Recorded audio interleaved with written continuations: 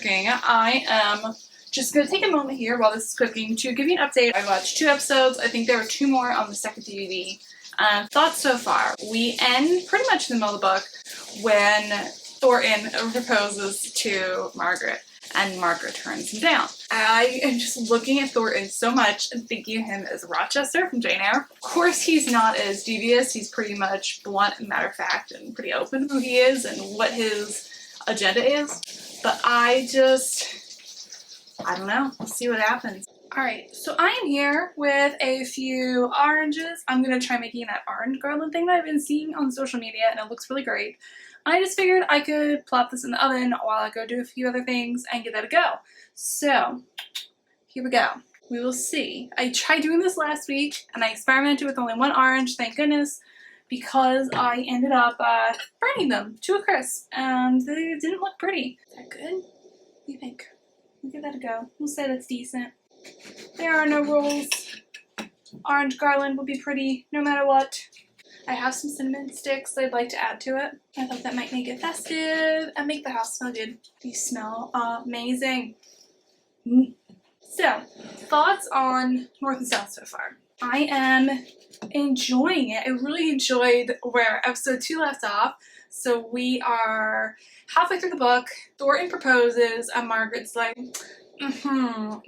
This is the point in the book where I thought, oh my gosh, I'm definitely seeing there's similarities between this and Pride and Prejudice, where Darcy just makes an abysmal first proposal to Elizabeth. However, I do remember feeling such a stark contrast to this in the second half of the book from North and South versus Pride and Prejudice. So I'm interested to see what the film brings to, the story, and how it portrays the second half of the story. So I'm excited to see where that goes. I think the casting that they have right now is doing a really, really great job of portraying these characters. It's really funny how when I'm watching this, I keep thinking that the guy who plays John Thornton reminds me of Mr. Rochester for some reason. Maybe it's just like the stoicness, keeping everything to himself in terms of how he feels about Margaret. When we're watching the film, I feel like we're much more in Margaret's head. We're seeing the world from her point of view only, whereas in the book, we kind of get to see his perspective for a decent portion of the book as well. That's not true. We have a few moments where we get to see Rochester. Oh my gosh, he's not Rochester, he's Thornton. Alright, we have orange slices. And they smell so good. I wish I could make this smell go through the camera so you could smell how good they smell. It's amazing. I'm excited to see more blossom in the relationship between Thornton and Margaret Hale. We haven't had a lot of time to see them connect so far in the story, but that is similar to the book. Margaret is kind of just insisting on pretending like Thornton doesn't matter to her, so we don't see a lot of growth between those two, but we see gradual growth. So now I'm interested to see how we continue to grow the story and make more happen. I'm going to stick these in the oven, and the last time I did this in the oven, it was like, I want to say 4 hours on 250, and that was too much. So I'm going to give this a go for 220 at 3 hours, 2.5. I'll probably check on them about 2 and then go from there and see how much more time they need. Alright, so I will check in with you guys later.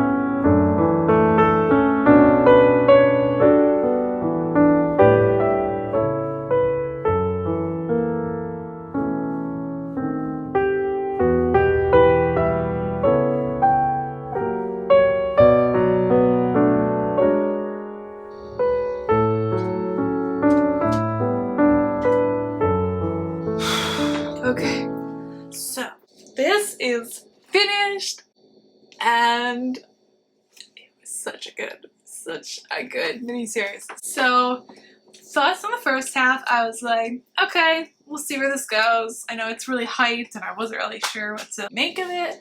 I wanted to see more interaction between John Thornton and Margaret Hale. So much of the juicier tidbits and the plot development happens in episodes 3 and 4 of this miniseries. I'm so glad I checked it out.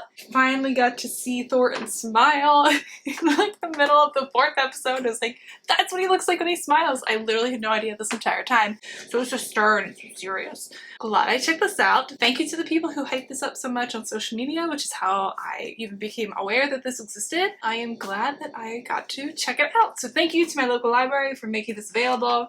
And another period drama that I can check off my list is being seen, and I got to read it. It's very interesting to compare the book to the movie. So for the most part, they're pretty similar. The ending is definitely slightly different. You still get the same general idea of what's happening with the plot, but you get the impression that Henry Lennox has willingly given up his role as a suitor for Margaret sooner than you do in the movie version. I wish there was more to the ending in the book. The confession of each other's love didn't happen in the same way and didn't happen in the same location, but I liked that we had a little bit more of a conclusion in this versus the book.